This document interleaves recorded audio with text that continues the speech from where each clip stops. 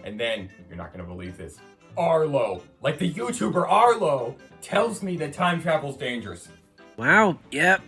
That's awesome, except for the fact that you told me this 4 separate times. What? I don't get it, dude. You have your whole life to recall from, and you've only come up with like 8 stories. Are you saying I'm unoriginal? Your stories are more boring than TV award shows. What about my reviews? Your reviews? Bro time. Few things are less informed than your reviews. They are so low quality that the dollar store has ordered 2 seasons. They're not low quality. Prove it! Make a review right now that doesn't suck. Fine! What's up, everybody? Cynda here, and welcome back to another episode of Cynda Talks, and today, we gotta prove someone wrong. Following in the wake of Super Smash Bros. Melee, there was a lot a sequel had to live up to. Melee set a pretty high standard in just how epic and cool everything looked, not to mention its lively competitive scene and how much people enjoyed the light-speed gameplay. So, at E3 2005, Nintendo decided to pull a risky move and announce a game that hadn't even entered development. A Super Smash Bros. 3, if you will, with 0 development done. So, Iwata called up Masahiro Sakurai, the director of the first 2 games, and asked if he wanted to direct the new game. Sakurai agreed, and a bunch of developers hopped on the project. Game Arts, Monolith Soft, and Pain all helped out during development, with Sakurai's own company Sora Limited leading. The game eventually released 3 years later in 2008 for the Nintendo Wii, and to absolutely incredible reviews as well as financial success. But the fans had different ideas. While most fans warmly received the game upon release, in recent years people have become much more critical of this entry, often claiming that Brawl is the weakest Smash Bros. Of them all, since it took out a lot of what people liked about Melee, as well as being slower and just less fun. But the question must be asked, are they right? Let's find out. My personal experience with Brawl can be summed up as, I was curious. Smash 4 had come out a year or so prior, and I was curious about the history of the series. Brawl was a game that seemed very interesting because I had a great interest in the video game museum aspect of Smash 4. The trophies, their descriptions, and music available were a shockingly effective advertisement for a lot of other games, getting me into series like Metroid and Zelda, as well as just being really cool and interesting, with Brawl also having stickers, which were little collectible PNGs, as well as all these other collectibles, combined with a single-player mode titled the Subspace Emissary that people seemed to like, made Brawl look really enticing, and so I got the game as a Christmas present. First impressions, this game is dry. This visual style is just so boring. Now, I know that washed-out realism was a really popular art style back in the early to mid-2000s. Games like Zelda Twilight Princess, the Metal Gear Solid series, the Halo series, Call of Duty, and even the Metroid Prime trilogy used this style. But whoo boy am I glad we're past that era of every single location looking like it has 0 humidity. Like, how does this jungle look like pixelated dust should be erupting from the grass? I mean, come on, Brawl has a stage that shows what 1-1 from Super Mario Bros. Looks like in the future, and what do you know? It's a desert! Just a little tangent here, but I do believe that the new stylized realism art styles look leagues better. Even if I'm not a huge fan of the game, Super Mario Odyssey's art style is perfect. For example, there being little scuff marks on the bullet bills and Mario's overalls being super detailed. In Brawl, things look too detailed. They made Wario look real. And now for the actual gameplay. Ew. I'm just gonna rip this bandage off right now. I haven't played Melee. Yeah, whatever. One of my best friends owns a copy, and whenever we get together, I immediately pick Mario, jump into Final Destination, and try to wave dash until I get bored with how gross the controls feel, and I didn't have any GameCube equipment as a kid, so I didn't have the chance to play it as a wee lad either. So we're jumping from 64 to Smash 4 to Brawl. And this game feels odd. It's really hard to explain, and most likely just a I'm used to the newer games problem, but this game is really floaty and really slow, and that wouldn't really be an issue, except the controls just feel weird. After playing the game a bit to refresh myself on how it plays, it's not as bad as I remember, but the game is just so slow. It feels like the game eats my inputs. But Brawl does have a buffer system. It's sort of like trying to quickly input a huge math problem on one of those tiny calculators from the dollar store. More minute gameplay stuff, shields in this game just evaporate. It feels like tanking 1 or 2 hits puts you in peril with just how fast shields deplete holding them up. And again, haven't played Melee, but I don't think they were that fragile in that game. But there might be the argument of Brawl nerfed shields to make dodges better, but grabs are really good in this game, since there's a ton of chain grabs and wobbling with the Ice Climbers returns from Melee. So Brawl ends up being this odd game where nothing really feels viable. Like, hit stun's really low in this game too, so combos are also nerfed hard. Items return from every game so far, with the very notable addition of assist trophies. Yes! The kinda characters! Ranging from Little Mac to Lakitu and Spinies, these bad boys help you out in battle. Neat. Plus the Smash Ball. Raging competitive bias aside, I gotta admit the Smash Ball is cool. They let you pull off a final smash, a final attack, if you will, that tends to reference the character's original games and deal crazy damage. Also neat. Alright, let's just get this out of the way. Tripping. When you dash, there's a 1% chance of just falling. No way to turn it off either.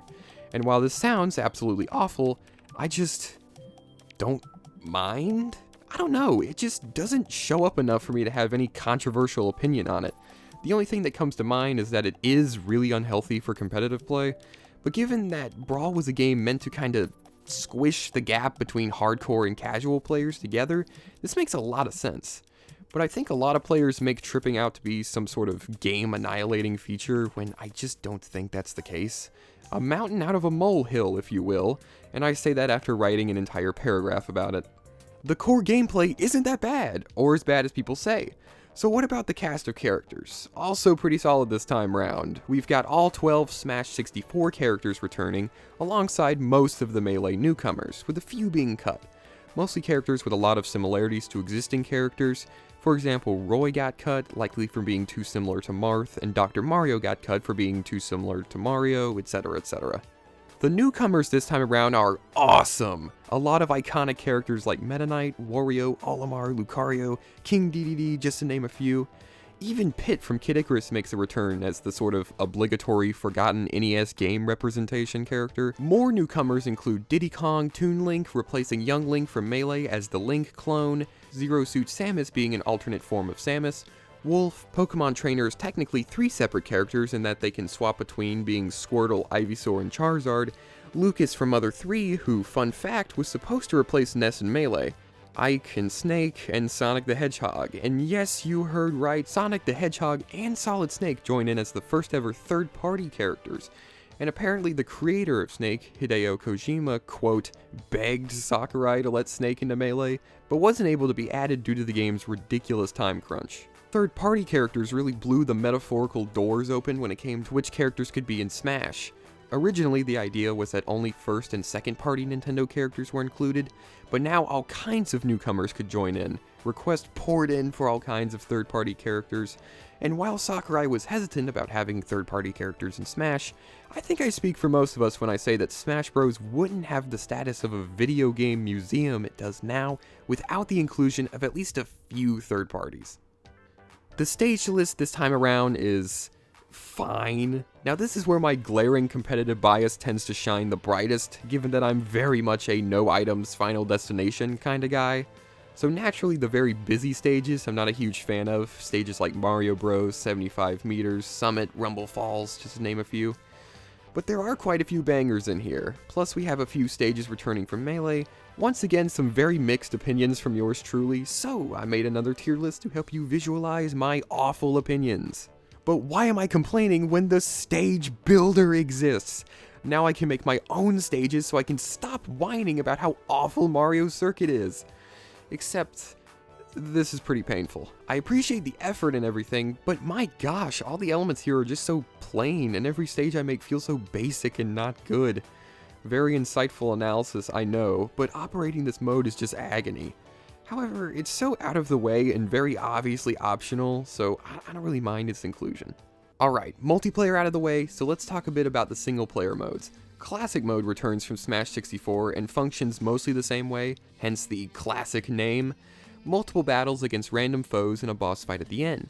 All-Star has you fighting the roster in the order their series' first game released, Game & Watch being first and Pikmin being last.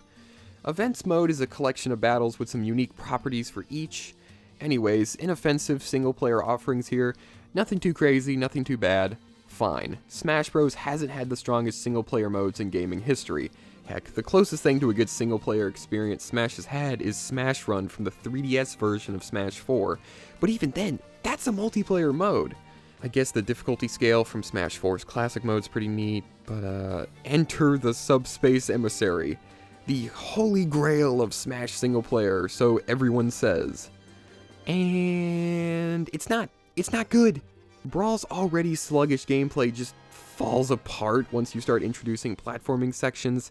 It's not like horrifically awful or anything, it's just not fun. Everything about this mode is just so plain. Anyways, the story. There's this evil guy who drops these diabolical bomb thingies that vaporize worlds and the characters in it. The fighters get turned into trophies, and yeah, the various villains also help out the bad guys by carrying around these evil cannons that fire arrows and turn characters into trophies. So we're looking at a sort of Nintendo Avengers situation, except no, we're not. There's zero dialogue and shockingly little interaction beyond the occasional head nod or gag. It's like the Avengers, but instead of the talking scenes and world building, they all just sit in a blank white room and just grunt at each other, but all the fighting scenes are identical to the original movie. So what is here isn't bad. There are a few entertaining sequences that blend into gameplay quite nicely, but the huge thing I have a problem with is the complete and total lack of any sort of Nintendo worlds. Now there are a few, Skyworld from Kid Icarus, I mean I guess this looks like Skyworld, yeah, and the Halberd from Kirby acting as the bad guy's ship, but that's pretty much it. The rest you really have to use your imagination. Yeah, I mean, I guess this could be from Metroid. Okay, you know, Donkey Kong Country, sure. But it could be worse. The gameplay, as mentioned before, is a 2D platformer with beat-em-up elements, and the enemies are, for the most part, original. Again, not bad, but my gosh, it would have been so cool to have enemies from all the different series, like how Smash Run did it. And it wouldn't even be hard to write it into the story. Just have the evil minister guy, like, possess the enemies or something. I mean, there are enemies here from Mario without a ton of story relevance, just that Bowser's working with the bad guys. The bosses at least have some more series variety, except most of them make zero sense. Why is Rayquaza from Pokemon guarding a lake? I don't even like the Pokemon games, and the only one I ever got into, Alpha Sapphire, told me that Rayquaza is like a sky guardian who eats air or something.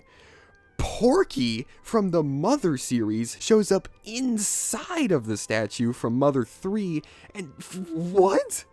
There is, once again, zero explanation for this, and Ness just sort of accepts that his neighbor is some evil spider mech. God, this makes no sense! Confusion aside, this mode is fine. It's kinda neat how they gave Rob the robot some story significance, but that's about it. The Vault. Hoo boy, this is what makes Brawl actually good. All of the weird, funky gameplay, mediocre single player, don't care. This is what makes Brawl cool.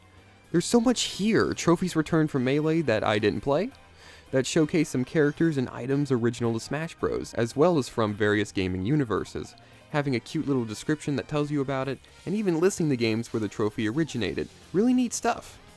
There's also the coin launcher, which is a great way to earn trophies. It's a really simple game, mostly just spam A whenever a trophy passes by, but it's amazingly addicting, and a fun little thing to just burn a few minutes on.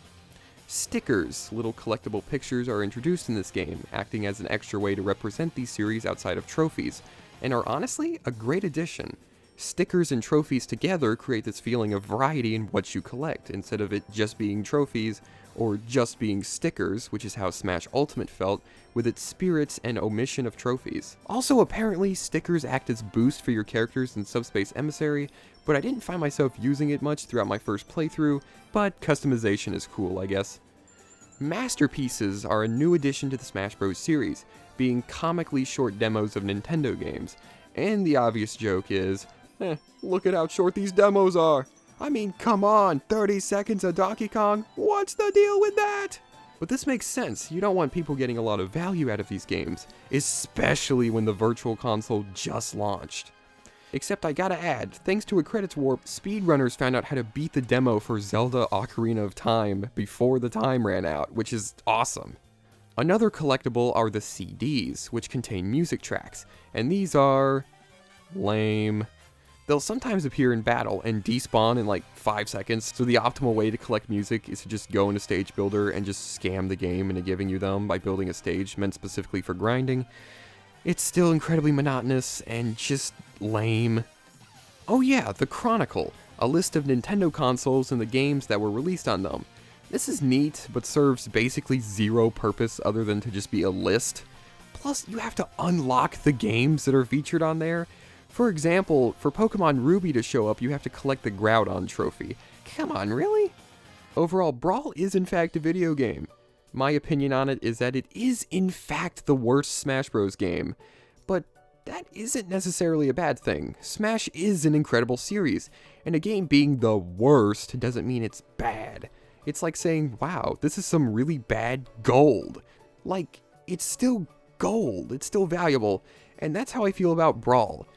It's a weird game, but a game that deserves respect all the same. There. How was that? I mean, I'm a supervillain, so I'm just gonna lie and say that it sucked, even though it was like a 6 out of 10. Yeah, we take those.